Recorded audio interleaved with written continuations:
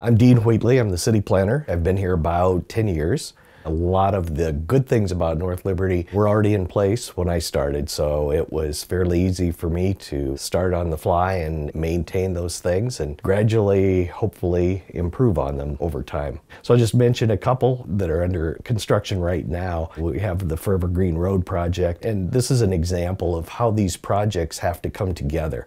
So we know that there's going to be a new interchange with 380 on Forever Green Road. And we know that the Iowa DOT is going to construct that. They're also reconstructing the major interchange at 80 and 380. So they've started planning years ago how that's all going to fit together. And so right now there is reconstruction being done on 965 south of Forever Green Road. So when we all go down 965 to the shopping areas in Coralville, all that construction that's been going on now for the last couple of years is all geared toward getting that facility in good shape that it might be used in case of an emergency situation during the reconstruction of the big interchange at 80 and 380. At the same time, the city is reconstructing a 1-mile section of Kansas Avenue that runs between Forever Green Road and St. Andrews Drive this year, and the DOT is partnering with the city to improve Forever Green Road from the new interchange to the entrance to the Fox Valley subdivision. So what's going to happen here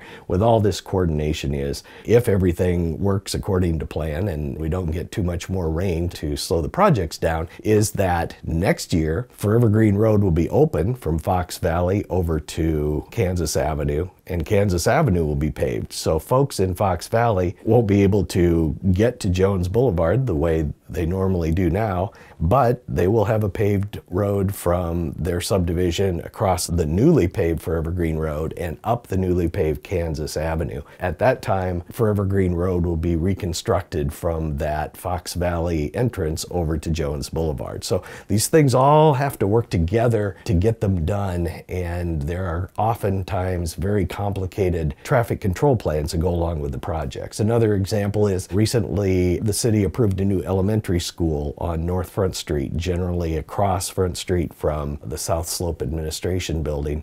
Planning for the school involves making sure that traffic can move in that area. We already have congestion problems at the intersection of Penn Street and North Front Street.